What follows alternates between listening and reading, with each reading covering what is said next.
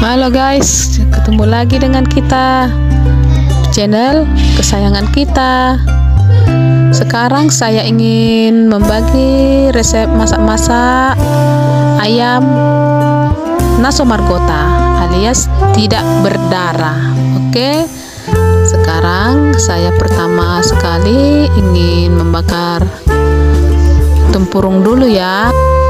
Cara bakarnya pun bebas, bisa pakai arang, bisa pakai penggorengan anti lengket, terserah bunda-bunda sekalian aja. Kalau pakai tempurung kelapa, karena kebetulan di rumah banyak tempurung kelapa. Pertama saya ingin cuci dulu ayamnya, ayam kampungnya sampai bersih dulu ya. Nanti bahan-bahannya ada di kolom deskripsi. Saksikan terus ya, dan jangan lupa untuk like, komen, dan subscribe. Jangan di skip karena di situ ada bumbu rahasia pengganti gota alias darah. Oke, saksikan terus. Stay tune.